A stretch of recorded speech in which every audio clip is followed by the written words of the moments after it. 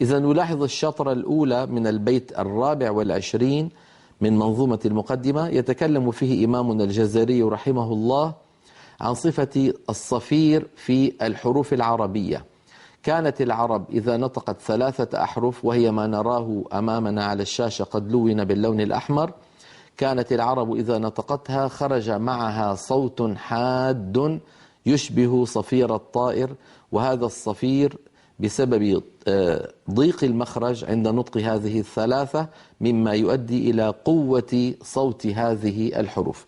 نلاحظ على اللوحة الصفير هو حدة في صوت الحرف تنشأ عن مروره في مجرى ضيق، وحروفه 3: الصاد والسين والزاي.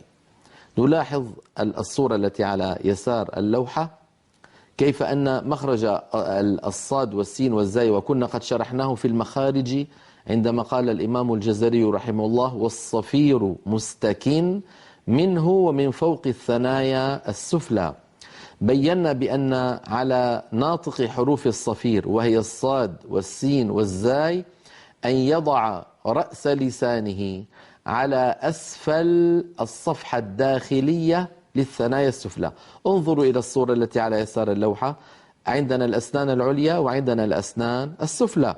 الأسنان السفلى لها صفحة داخلية وصفحة خارجية. الصفحة الداخلية هي التي من جهة اللسان، فعلى القارئ كما نرى في الصورة أن يضع رأس لسانه أسفل الصفحة الداخلية للأسنان السفلى الأمامية وهي الثنايا.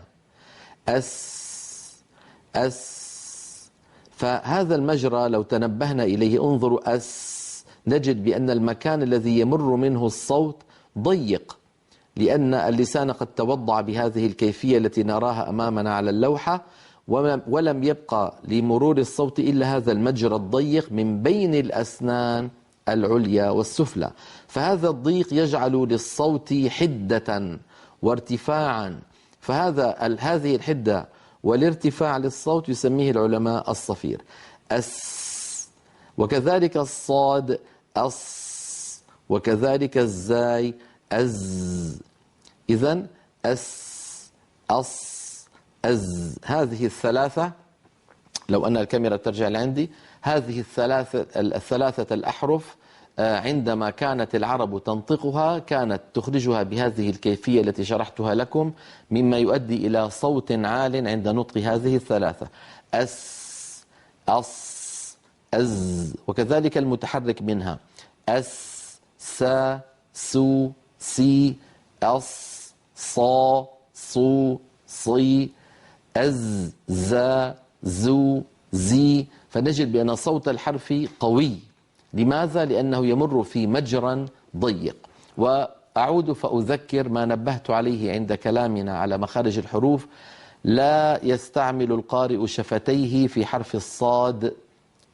مثل الصاد كمثل السين والزاي. لا يقول الواحد هكذا ويزم شفتيه إلى الأمام، لأن هذا العمل إعمال عضو زائد يؤدي إلى تغير صوت الحرف. اسمعوني لو سمحتم.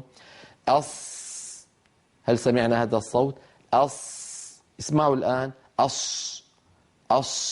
هل لاحظتم الاختلاف الذي حدث لصوت الصاد عندما استعملت شفتي عمدا؟ لم يذكر علماؤنا لا الخليل بن أحمد ولا سيبويه ولا الفراء ولا القطرب ولا الجرمي ولا أحد من الأئمة ذكر أن الشفتين تعملان في حرف الصاد. الصاد مثلها كمثل السين والزاي، لكن هذا خطأ منتشر جدا. يعني حتى عند بعض القراء يستعملون الصاد مع أن هذا لا معنى له. صا صو صي سا سو سي زا زو زي. هذه هي حروف الصفير، وهكذا يجب نطقها. وأعود فأقول إن الصفير صفة قوة تدل على قوة حروف الصفير في السمع. لذلك إذا كان في مثلا كنا نصلي مثلا في المسجد سنة قبلية أو بعدية، وإلى جانبك أخ متقن للقراءة ولو كان يقرأ سرا فإنك تسمع منه الصاد والسين في الفاتحة، مثلا اهدنا الصراط المستقيم، فتسمع الصراط والمستقيم. لماذا هذين الحرفين بالذات؟ لقوة صوتهما ولما فيهما من حدة، يعني من صفة الصفير. هذا هو بحث الصفير، سهل ما فيه صعوبة إن شاء الله تعالى.